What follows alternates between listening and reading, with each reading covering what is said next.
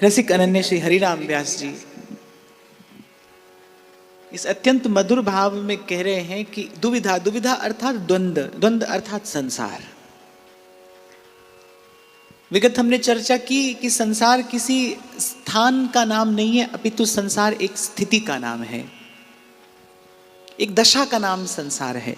जब तक आपकी चेतना द्वंद्व में है, और द्वंद्व अर्थात जब तक सुख का लोभ है और दुख से भय है। सेवक जी महाराज कहते हैं ना, स्वर्ग ना इच्छाएं नरक ना डरें। स्वर्ग की इच्छा नहीं है, नरक का भय नहीं है। द्वंद्व क्या है? जब तक सुख का लोभ है और दुख से भय है, स्थिति का नाम द्वंद्व है। और जब तक कोई इस स्थिति में है, वो कहीं भी रहता हो, घर में रहता हो, वन में रहता हो, वो समूह में रहता हो, वो अकेला रहता हो, तो किसी भी स्थान पर कोई रहता हो, लेकिन यदि मन में ऐसी स्थिति है तो उसे यही जानना चाहिए कि मैं संसार में ही हूं। और व्यास जी कहते हैं ये जो मन से संसार मिटता है, कैसे मिटता है? दुविधा तब जई है या मन की, निर्भय हो के जब से वोगे रज श्री वृंदावन की। दुविधा तब जई है या मन की। यही बात श्री चतुर्वेदास जी महाराज भी इस प्रथम प्रसंग में निवेदन कर रहे हैं कि कोटि कर्म, दीर्घकालिक साधन, ये सब जीव को किसी ना किसी फल विशेष की प्राप्ति कराने में समर्थ तो हैं, लेकिन फल की कामना समाप्त नहीं करा सकते, फल की इच्छा समाप्त नहीं करा सकते। और एक और छोटी सी बात मैं आपको यहाँ पर निवेदन करूं। मैं कई बार आपसे कहता हूं कि अपनी देखरेख आपको स्वयं करनी है, क्योंकि अध्यात्म के मार्ग पर कोई आपके साथ चल सके ऐसी व्यवस्था ही नहीं है, आपको अकेले ही जाना है। हाँ, इतनी कृपा प्रभु करते हैं, नाम का दीपक हाथ ले चलिए बीहड़ बाट, जाए अंधेरा लांघ कर उतर करम का घाट। नाम का दीपक हाथ ले और चलिए बीहड़ बाट। पर सदा स्मरण रखिए, जाना आपको अकेले है। इस मार्ग पर आपके साथ कोई नहीं चल सकता, ये यात्रा आपको स्वयं करनी है। और इसीलिए बार बार संत आपसे कहते हैं, मैं भी आपको निवेदन करता हूं, आप अपनी देखरेख भी आपको स्वयं करनी है, अपनी देखभाल स्वयं करनी है। इसलिए स्वयं को देखते परखते रहना चाहिए, स्वयं को टटोलते रहना चाहिए। तो ऐसी कोई व्यवस्था नहीं है कोई आपके साथ जाए, और स्वयं को देखते रहना। जब तक संसार की इच्छा है, इच्छा का ही नाम संसार है, जब तक संसार की इच्छा है तब तक सुख की कामना व्यर्थ है। आप कुछ भी जुटा लीजिए, कुछ भी कर लीजिए, किसी से कुछ भी पा लीजिए, पाताल से ब्रह्मलोक पर्यंत का वैभव, पर है मिटने वाला। और मैं तो कभी कभी इस बात का भी चिंतन करता हूं कि संसार का जो तथाकथित सुख है, जिसको आप और मैं सुख कहते समझते हैं, वो थोड़ी देर के लिए आता है, पर पीछे कितना बड़ा दुख छोड़कर जाता है। चाहे वो सुख आपको किसी व्यक्ति से मिले, चाहे वो सुख आपको किसी वस्तु से मिले, चाहे वो सुख आपको पद प्रतिष्ठा से मिले, किसी भी संसार की स्थिति से आपको मिले, पर वो थोड़ी देर के लिए आता है, पर मन में कितना बड़ा क्षोभ उत्पन्न करके चला जाता है। कई बार आपने मैंने चर्चा की कि पहले तो सुख दुख की सही सही परिभाषा जानना आवश्यक है। भाई, सुख होता क्या है, क्या सुख क्या है, दुख क्या है? संसार से सुख की इच्छा का ही नाम दुख है। तो जब तक आप देखिए, जब तक मन में इच्छा का लेश है, मैं आपको ये नहीं कह रहा कि देखकर निराश हो जाइए, पर मैं आपको ये कह रहा हूं कि सत्य से परिचित आपको मुझे अवश्य होना चाहिए। आपके मन को ये बोध होना चाहिए कि मेरे मन में जब तक संसार की इच्छा का लेश है, जब तक मुझे संसार से सुख की कामना है, जब तक मुझे संसार के सुख की कामना है, तब तक वो जो सुख और आनंद की स्थिति है उसकी प्राप्ति असंभव है। तो क्या ये इच्छा समाप्त हो सकती है? तो संत कहते हैं हाँ भाई, हो सकती है। कल भी मैंने आपको कहा था, पूर्व भी शायद कभी आपसे कहा था कि कठिन तो है पर असंभव नहीं है। ये कठिन तो है, मैं ऐसा तो नहीं कहूँगा कि बस आप आज कुछ करेंगे और कल मन से संसार समाप्त हो जाएगा। और वैसे भी संतों के मुख से सुना है, जाने हरि क्यों कर रति जाने, काहू पे श्रम बहुत करावें और काहू की बात सहज में माने। तो ठाकुर जी की इच्छा की बात है भाई, किसी की बात बड़े थोड़े में मान लेते हैं, किसी को बड़ा दीर्घकालिक प्रयत्न करना पड़ता है। जन्म जन्म मुनि जतन कराही, अंत राम कही आवत नाही। और कोई बड़े थोड़े से प्रयास में, और कभी कभी तो ये भी देखा जाता है कोई प्रयास करता ही नहीं है और अकारण अहेतु की कृपा और उसका उद्धार कर दिए, उसके कल्याण का पथ प्रशस्त कर देती है। तो यहां तो कुछ कहा नहीं जा सकता है। हाँ, पर ये विचार सदा करना चाहिए और इससे निराश होने की आवश्यकता नहीं है, और ये असंभव भी नहीं है, पर थोड़ा कठिन है। पर मुझे लगता है कि मनुष्य का जन्म, ये जीवन मिला ही इसलिए है। इस कठिन स्थिति को साधने के लिए तो इष्ट ने, भगवान ने आप पर विशेष करुणा करके, मुझ पर विशेष कृपा करके ये नर का देह दिया है। एक और बात आपको कहूं, जिसे आप और मैं सुख दुख कहते हैं ना, वो तो प्रत्येक योनि में जीव भुगत लेता है, भोग भी लेता है और भुगत भी लेता है। जिसको आप और मैं सुख दुख समझते हैं, वो तो प्रत्येक योनि में जीव भोगता भी और भुगतता भी है। किसी विशेष उद्देश्य से आपको ये मनुष्य का शरीर मिला है, ये कठिन कार्य आप कर पाए, आप साध लें, इसीलिए प्रभु ने आपको इस संसार में मनुष्य बनाकर भेजा है। आगे कहते हैं, विधि निषेध सब देई देवा, हरि सेवतन करत सब सेवा, सुधा सिंधु तट प्यासो मरई, कर्म करे हरि भक्ति न करई। ऊंट अगर कर्पूर चलावे, मृग मृग मद को मर्म न पावे, बिन सतसंग भक्ति बिन कीन्हे, है हरि निकट जात नहीं चीन्हे। कहते हैं विधि निषेध सब देई देवा, हरि सेवतन करत सब सेवा। कहते हैं जीव हरि की भक्ति की महिमा नहीं जानता, उसका मोल नहीं जानता, उसके प्रसाद और प्रताप से परिचित नहीं है। बोले जितने देवी देवता हैं वो तो भगवान के भक्त की सेवा में स्वयं तत्पर रहते हैं। भगवत रसिक कहते हैं ना, माया को सब जग भजे, माधो भजे न को, जो कदापि माधो भजे, माया चेरी हो। जो कदापि माधो भजे, माया चेरी होए। समस्त दैवी संपदा भक्त के हृदय में विराजमान होती है। अष्ट सिद्धि नवनिधि, सेवक जी महाराज कहते हैं, श्री हरिवंश नाम सब सिद्धि, सबे रसिक बिलसें नवनिधि, भुगतें देहि न जाचहीं, पोषण भरण न चिंत कराही, श्री हरिवंश विभव बिलसाही, श्री वृंदावन की माधुरी। समस्त सिद्धियां, समस्त निधियां, समस्त संपत्तियां भक्त की सेवा में करबद्ध रहते हैं। वो तो ये चाहते हैं कि कभी भक्त हमारी ओर देखे, कभी भक्त हमें सेवा का अवसर दे। पर भक्त ऐसा है जिसके रोम रोम में भगवत प्रेम के अतिरिक्त अब किसी और विषय, किसी और वस्तु के रहने के लिए स्थान ही नहीं है। जाही न चाही कबहु कछु, तुम संग सहज सने हैं। पुराणों में ऐसे ऐसे प्रसंग आते हैं कि भगवान देने को लालायित खड़े हैं, बार बार भक्त से कह रहे हैं कुछ मांगो, कुछ कहो, तुम्हें देखकर हमें सुख मिलता है। देखो, एक बालक उद्दंड हो और एक आज्ञाकारी हो। यद्यपि माता पिता के लिए दोनों ही अपनी संतान हैं, दोनों ही अपनी संतान है, पर फिर भी जो आज्ञाकारी बालक है उस पर एक विशेष स्नेह माता पिता का होता ही है ना, होना बड़ा स्वाभाविक है। जो आज्ञाकारी है, ऐसे ही भगवान कह रहे सब मम प्रिय सब मम उपजाए, और सब पर मैं बराबर दया और कृपा रखता हूं। लेकिन फिर भी जो भक्त है, भगवान कहते हैं उस पर मेरा विशेष स्नेह है। जो भक्त है, जो आज्ञाकारी संतान है, वो विशेष स्नेह और विशेष कृपा का पात्र होती ही है।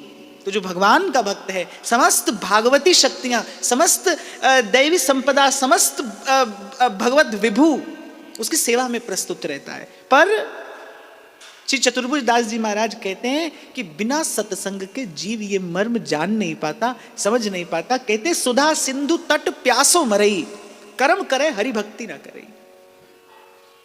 बोले सुधा सिंधु, अमृत के समुद्र के तट पर बैठा है और प्यासा मर रहा है। कबीर भी कहते हैं जल बिच मीन प्यासी और मोए सुन सुन आवत हांसी। कि सुधा सिंधु के तट पर, अमृत समुद्र के तट पर बैठा है और प्यासा है, कर्म करता है पर भक्ति नहीं करता। कल भी मैं आपको कह रहा था ना भाई, विचार करना चाहिए कैसी भगवान की माया है। करने में परिश्रम नहीं है, भक्ति करने में कोई कष्ट नहीं है, कोई परिश्रम नहीं है, पर नहीं करते या नहीं होती, अब खबर नहीं क्या है, पर सत्य यही है भाई। सब करता है जीव, तभी वल्लभाचार्य महाप्रभु कह रहे हैं, जीवा स्वभाव तो दुष्टा सर्वम कुर्वन्ति, सब करता है वो और कर सकता है, भगवंतम न भजन्ति, भजन नहीं करता। अब खबर नहीं, कर नहीं पाता, कर सकता नहीं, या करना चाहता नहीं, ये तो खबर नहीं है। पर सत्य यही है कि आप और मैं सब कर लेते हैं। मैं तो देखता हूं संसार का निर्वाह करने में जितना परिश्रम है ना, उसका 10% भी भजन करने में नहीं है। 10 तो मैं बहुत अधिक कह रहा हूं। संसार के संबंधों का निर्वाह करने में जीव को जितना परिश्रम करना पड़ता है, कैसे चक्की में पिसता है वो, सुबह से लेकर शाम तक छल करता है, कपट करता है परिवार का पेट पालने के लिए, झूठ सच करता है, जाने क्या क्या करता है, किस लिए, अपना और अपने परिवार का पेट पालने के लिए कितना परिश्रम करता है। और भजन में तो इसका 10% भी परिश्रम नहीं है। अरे भजन छोड़ो, भजन की इच्छा करने वाले की संभाल प्रभु करने लगते हैं। भगवत जे प्रभु सो लगे तज नश्वर संसार, सब लज्जा भगवान को क्यों बिगड़े व्यवहार। पर फिर भी ये सब जानते देखते समझते भजन करता नहीं और भजन होता नहीं। सुधा सिंधु तट प्यासो मरई, पर कर्म करे हरि भक्ति न करई। फिर कहते हैं ऊंट अगर कर्पूर चलावे, मृग मृग मद को मर्म न पावे। उस दिन भी मैं आपको उदाहरण दिया था मैंने, ऊंट की पीठ पर कोई अगर कपूर जैसा सुगंधित द्रव्य लाद दे, उसको इससे क्या लाभ है, उसको इससे क्या अर्थ है, उसके लिए तो बोझ है। ऐसे ही जीव केवल कर्म का बोझ उठाए घूम रहा है। उस पुण्य कर्म हो तो भी बोझ है, पाप कर्म हो तो भी बोझ है। और कहते हैं जैसे मृग मृगमद को मर्म ना पावे। हिरण की कस्तूरी, मृग की नाभि में कस्तूरी होती है, उसकी सुवास जो है वो 10 दिशाओं को सुवासित कर देती है। दूर खड़ा व्यक्ति उसका आनंद ले लेता है, लेकिन वो बेचारा डोलता ही रहता है, वो बेचारा घूमता ही रहता है, भटकता ही रहता है। इसीलिए कबीर कहते हैं, तेरा साईं तेरे घट में बसत है, तेरा साईं तेरे घट में बसत है, बाहर खोजत ना रहना, कछु लेना न देना, मगन रहना, कछु लेना न देना, मगन रहना। तेरा साईं तेरे घट में बसत है। यहाँ अर्थात अपने हृदय का जो आनंद है वो हृदय में ही प्रकट होगा, हृदय में ही अनुभव होगा। फिर बड़ी महत्वपूर्ण बात कहते हैं, बिन सतसंग भक्ति बिन कीन्हे, है हरि निकट जात नहीं चीन्हे। कहते बिना सत्संग भक्ति संभव नहीं है, और बिना सत्संग और भक्ति किए, गोस्वामी जी मानस में कहते हैं, बिन सत्संग न हरि कथा, ते ही बिन मोह न भाग, मोह गए बिन राम पद, हो ही न दृढ़ अनुराग। कहां से आरंभ करें? सत्संग से। बिन सत्संग न हरि कथा, सत्संग नहीं मिला माने संत के पास नहीं बैठोगे तो भगवान की कथा कहां सुनने को मिलेगी। संसार तो विषय की वार्ता सुनाता है, संसारी व्यक्ति के पास बैठो क्या है, निंदा है, चुगली है, यही वार्ता तो है। संसार के व्यक्ति के पास संसार की वार्ता है, संत के पास भगवान की बात है। तो बिना संत के निकट बैठे हरि की कथा सुनने को नहीं मिलेगी। बिना हरि की कथा सुने मन का मैल नहीं छूटेगा, मोह ही तो मन का मैल है। बिन सत्संग न हरि कथा, और ते ही बिन मोह न भाग, और मोह गए बिन राम पद, हो ही न दृढ़ अनुराग। दृढ़ अनुराग पहले दूसरे दिन भी आपने मैंने चर्चा की थी कि भक्ति हृदय में आती तो है पर ठहरती नहीं। आपके मेरे जीवन में भक्ति दृढ़ नहीं होती, भक्ति स्थिर नहीं होती। भाव आता है, कभी कभी नेत्रों से अश्रु भी बहने लगते हैं, कभी कभी खूब भली भांति अनुभव होता प्रतीत होता है कि संसार असार है, झूठा है, पर कुछ क्षण के बाद फिर या तो हम संसार में या संसार हम में, वही दशा और वही दिशा आप में पकड़ लेते हैं। तो कह रहे जो दृढ़ अनुराग है, इसलिए बार बार संत कहते हैं भाई सतत सत्संग करिए, सदा करिए और करते ही रहिए सत्संग, क्योंकि हृदय में भक्ति को स्थिर करने की अगर कोई विधि है तो केवल सत्संग है। बिन सत्संग भक्ति बिन कीन्हे, कह रहे हैं हरि निकट, है तो पास में ही, अंग संग है, भीतर बाहर है, पर जात नहीं चिन्हे। जैसे नैन निकट काजर लसे, पै दर्पण दिख रहा। नेत्र के सबसे निकट होती है काजल की रेखा, पर नेत्र नहीं देख पाता उसे, दर्पण दिखाता है। ऐसे ही तेरा साईं तेरे घट में बसत है, बाहर खोजत ना रहना। पर फिर कबीर कहते हैं लेकिन ये सब आपसे नहीं होगा, इसीलिए गुरु चरणों से लगे रहना, संत के चरणों से लगे रहना, सत्संग से लगे रहिए, बने रहिए सत्संग में। 2 दिन भोजन ना करो, तीसरे दिन कैसे हो जाओगे? शरीर की जो साधारण क्रिया है वो करने की सामर्थ्य भी नहीं रहेगी। 2 दिन भोजन मत करो। 2 दिन तो खैर बहुत बड़ी बात है, कुछ लोग तो 2 घड़ी भी नहीं रह सकते, भूख लगी हो तो।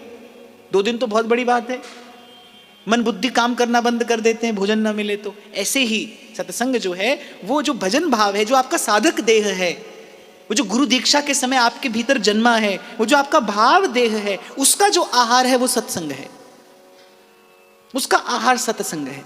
एक बार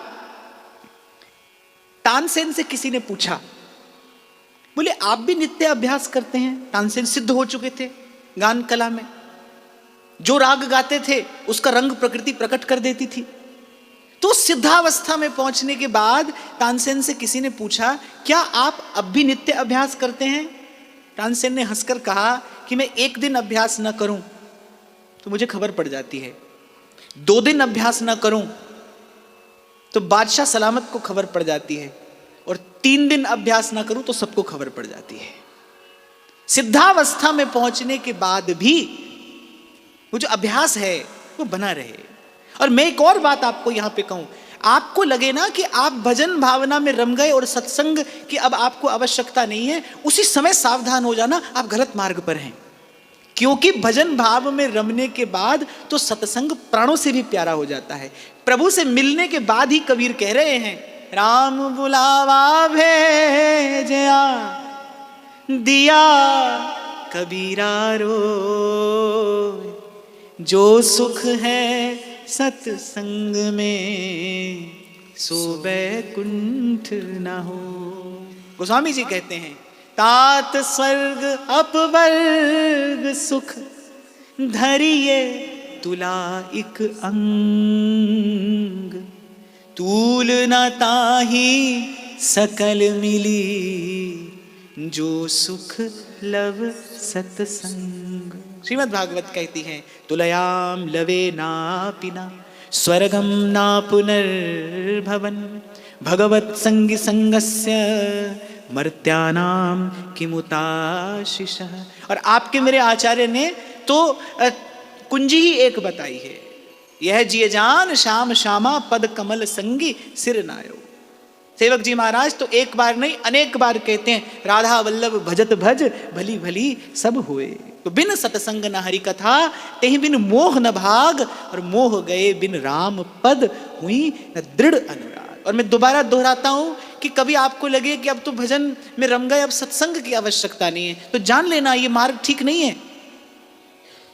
एक और बात आपको बताऊं, कभी कभी साधक को मोहित करने के लिए माया भी बड़ा दिव्य दृश्य उपस्थित कर देती है। वो आपको दिखा देगी, वो आपको अनुभव करा देगी कि अब आप भजन भाव में सिद्ध हो गए, अब आपको किसी की आवश्यकता नहीं है। पर बहुत सावधान रहना, भजन में आवेश बढ़ते ही, भजन भावना परिपक्व होते ही सत्संग प्राणों से भी अधिक प्यारा हो जाता है। सत्संग ना छूटे। जो तिल तैल रहे धृत पय में, अग्नि दारु संयोग जहां तहां, मथन उपाय बिना क्यों पावे, साधु बिना हरि कौन बतावे। कहते जैसे तिल में तेल होता ही है, घी में दूध होता ही है, और जैसे लकड़ी में अग्नि रहती है, लेकिन बिना मंथन के वो प्रकट नहीं होता। ऐसे तो आप में, मुझ में, सब में प्रभु हैं। जड़ चेतन जो भी है सब प्रभु का ही है। जीव मात्र में वो अंतर्यामी रूप से बैठा ही है। पर घट घट मेरा साया सूनी सेज न कोय, बलिहारी उस घट के जा घट परगट हो। पर प्रकट की महिमा है, प्रकट की महिमा है।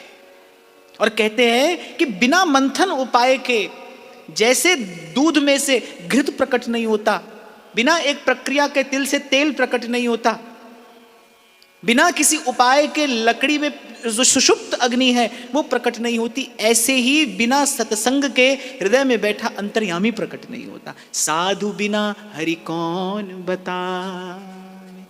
इसलिए तो संतों ने तो निर्णय दिया है, सब कुछ मत कर कह दिया, भजवे को दोई सुघर कह हरि दास। भजने योग्य दो ही हैं। और फिर व्यास जी तो पक्षपात पूर्वक कहते हैं, भाई इन दोनों में से भी व्यास बड़े हरि के जना, हरि ही नवावत माथ, जिनके ही में बसत है तीन लोक के नाथ। बड़े हरि के जना, बड़े हरि के जना। मन को सब संदेह गमावे, भक्ति भेद भागवत दिखावे। सुख दुख धन पूरब कृत पावे, सतसंगति बिन भक्ति न आवे। बोले मन का सब संदेह, मन का संशय, ये तो ये संत का संग भगाएगा। देखो कई बार मैं आपसे कहता हूं, भगवान को देखा नहीं, कभी उनका स्वर नहीं सुना, इस मैले कुचैले मन ने कभी उनकी अनुभूति नहीं की, ऐसी स्थिति में उन पर विश्वास कैसे हो? कैसे हो भगवत विश्वास? और बिन विश्वास भक्ति नहीं। संत भरोसा देता है, संत विश्वास देता है। और संतों ने तो प्रभु से यही मांगा, मुझे भरोसा राम तू दे अपना अनमोल। हे प्रभु आपका विश्वास मिले, भगवत विश्वास। वैसे भी साधना करके प्राप्त किया जाता है जो वो क्या है, भगवान का दर्शन नहीं, प्रभु का विश्वास प्राप्त किया जाता है। इस संसार रूपी भव सिंधु को अगर भक्तों ने पार किया है तो भगवत भरोसे पे पार किया है। मीरा भगवान के भरोसे पर ही तो कहती है, अरे राजा जी रूठे वारो देश रखासी, हरि रूठे कच जा स्यारी माई। वो अपने श्याम सुंदर के श्री चरणारविंद के दृढ़ भरोसे पर ही तो विष पी जाती है। विश्वास ही तो है। भूखा नाहर द्वार पर बैठा है, गरज रहा है, सशस्त्र सैनिक छोड़ छोड़ कर भाग गए महल की ड्योढ़ी, और मीरा निर्भय निश्चिंत, एक हाथ में फूल की माला, एक हाथ में पूजा का थाल लिए आती है और उस भूखे गरजते नाहर के गले में माला डालकर उसकी पूजा करती है। क्या है? भगवान का भरोसा है कि मेरा अनिष्ट नहीं हो सकता, मेरा अहित नहीं हो सकता। सखियां सहेलियां चिल्लाई, बोली भाई साहब क्या कर रही हो आप, ड्योढ़ीदार भाग गए हैं। मीरा ने कहा कि मीरा के कुंज में उनके श्याम सुंदर के अतिरिक्त दूसरा कोई आ ही नहीं सकता। मेरे यहां मेरे प्रभु के अतिरिक्त कोई नहीं आ सकता। नामदेव की कुटिया में आग लगी है, आस पड़ोस के लोग आग बुझाने में लगे हैं, नामदेव कुछ और ही कर रहे हैं। किसी ने पूछा क्या है, बोले नामा की कुटिया में विट्ठल के अतिरिक्त कोई नहीं आता, कोई आ ही नहीं सकता। ये जो विश्वास है, ये जो दैवी संपदा है, ये गुरु कृपा करके देता है, संत कृपा करके देता है।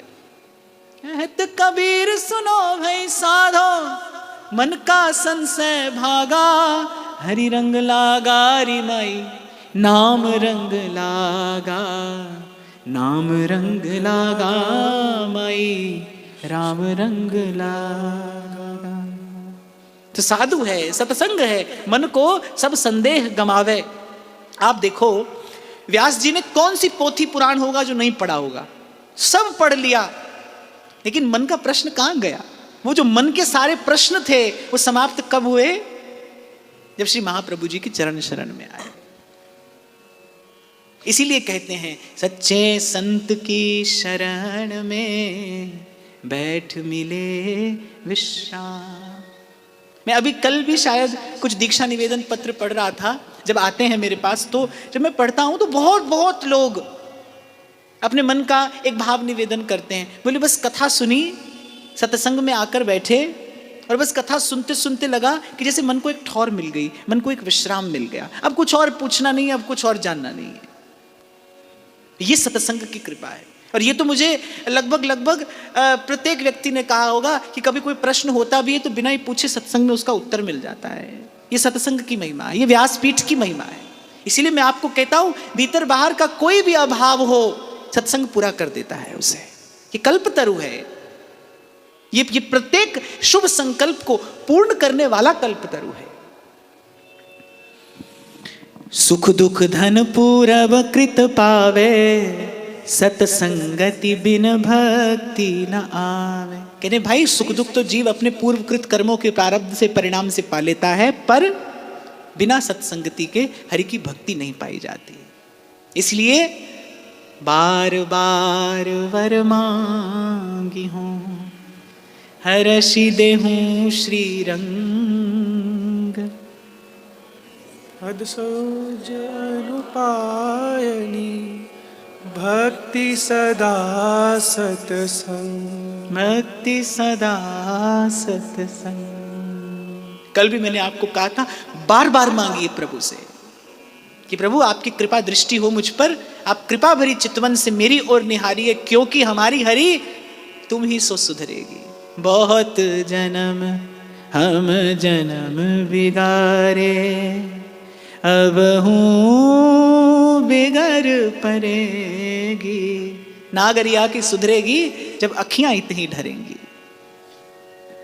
माया के सब हरहि विकारहि, कर्म बीज जुग जुग के जा रही। एक नीर बहुवरन दिखावे, संगति के समान गुण पावे। स्वाति बूंद सुक्ता मुक्ता फल, केरी कपूर मुख सर्प हलाहल। राजत अति पुरइन पातन पर, तपत लोह पर परत झराझर। त्यों जैसी संगति नर पावे, तैसे गुण अरु कर्म करावे। कह रहे माया के सब हरहि विकार ही, कर्म बीज जुग जुग के जा रही। माया के जितने विकार हैं, माया के विकार क्या हैं? काम क्रोध लोभ मोह अहंकार मद मात्सर्य ईर्ष्या निंदा असूया द्वेष, ये सब मायाजन्य विकार हैं। और कह रहे सत्संगति में जब जीव आकर बैठता है, जब सत्संगति वस्तुतः विशुद्ध सत्संगति जब प्राप्त होती है, तो बोले धीरे धीरे ये माया के विकार स्वतः नष्ट होने लगते हैं। जैसे जब आप भोजन करते हैं तो केवल पेट थोड़ी भरता है, शरीर को ओज तेज भी मिलता है, शरीर की बल वृद्धि भी होती है। ऐसे ही ये सत्संगति में बैठना, ये केवल समय का सदुपयोग नहीं है, इससे केवल समय का ही सदुपयोग नहीं होता, अपितु जो भाव देह है उसको पोषण भी मिलता है। और कर्म बीज जुग जुग के जा रही, ये बड़ा गंभीर सूत्र है कि युग युग के जो कर्म बीज हैं वो नष्ट होते हैं, क्योंकि बिना सत्संग के सेवा का संस्कार नहीं पड़ता। बिना सत्संग के जीव निरभिमानी नहीं होता, निरभिमानी नहीं होता तो सेवक नहीं बनता, और जब तक सेवक नहीं बनता तब तक कर्म करता है। और कहा भय किए कर्म यज्ञ दान देत देत, फलन पाए उच्च उच्च देवलोक चढ़ही। पर पर्यो प्रवाह काल के, कदापि छूटी है नहीं। श्री व्यास नंद नाम जो प्रतीति सो न रटहि। बिना सत्संग के निरभिमानता नहीं आती, बिना अभिमान गए सेवा नहीं होती। सेवा की भावना जब तक ना हो तब तक जीव कर्म करता है, और कर्म का फल क्या है? बंधन। कर्म करता है और उसके फल के बंधन में बंधता है। इसीलिए कहते हैं सत्संगति कर्म बीज जुग जुग के जा रही।